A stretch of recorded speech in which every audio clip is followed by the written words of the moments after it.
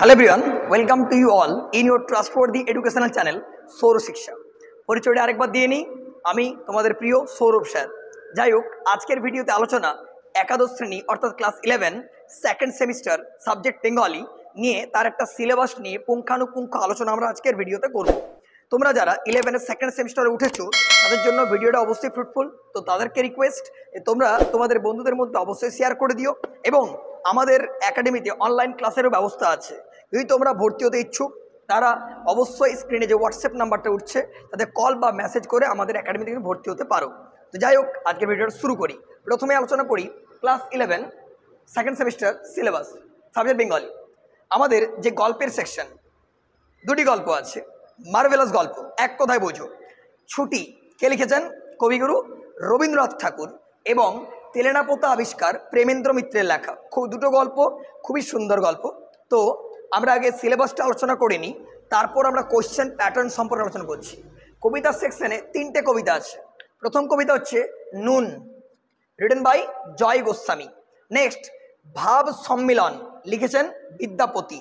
Next Lalon Shah ফকিরের গান, বাউল সাধক বা মরমিয়া সাধক লালন ফকির। ওকে। নেক্সট নাটক, একটি নাটক আগুন, রিটেন বাই বিজন ভট্টাচার্য।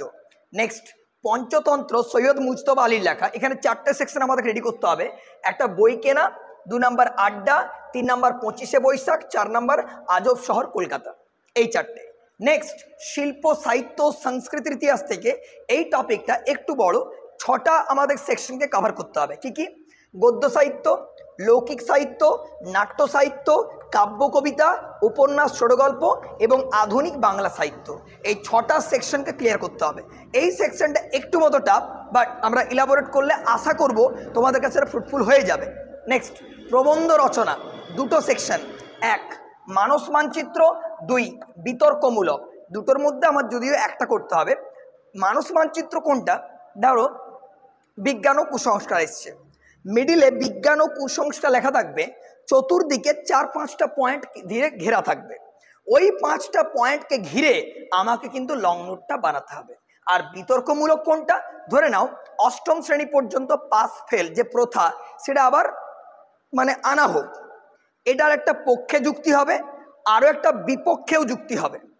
এবারে তোমার মনে হলো যে পক্ষে যুক্তিটা বেশি আমার ভালো, তুমি পক্ষের দিকে, তাহলে পক্ষে যুক্তিটাকে তোমাকে ইলাবোরেট করে করতে হবে। যদি মনে হয় যে না, এটা দরকার নেই, তাহলে বিপক্ষে যুক্তিটাকে তোমাকে ইলাবোরেট করতে হবে। আশা করব কনসেপ্টটা ক্লিয়ার। নেক্সট প্রকল্প রয়েছে, প্রজেক্ট 10 নাম্বারের। সেখানে প্রুফ সংশোধন আছে, প্রতিবেদন রচনা আছে, স্টিক অনুবাদ রয়েছে, বুঝতে পারছো? সেখান থেকে তোমাদের স্কুল থেকে দেবেন রেসপেক্টিভ যিনি টিচার আছেন। তো যাই হোক, এবং আমরা সেটাও কিন্তু করিয়ে দেওয়ার বন্দোবস্ত রাখছি, সেটা অবশ্যই অনলাইন ক্লাসে। আজকে জাস্ট সিলেবাস এবং কোশ্চেন প্যাটার্নটা আলোচনা করে দিচ্ছি। ওকে, প্যাটার্নটা কীরকম? আমাদের কিন্তু শর্ট কোশ্চেন কোনো আসছে না, only for LAQ. First semester ছিল এমসিকিউ, আর second sem only for LAQ, long answer type question বা ডেসক্রিপটিভ টাইপ। 2টো সেকশন, আমরা একটা আসবে মার্কস 5-এর, 2টো আসবে, একটা করতে হবে।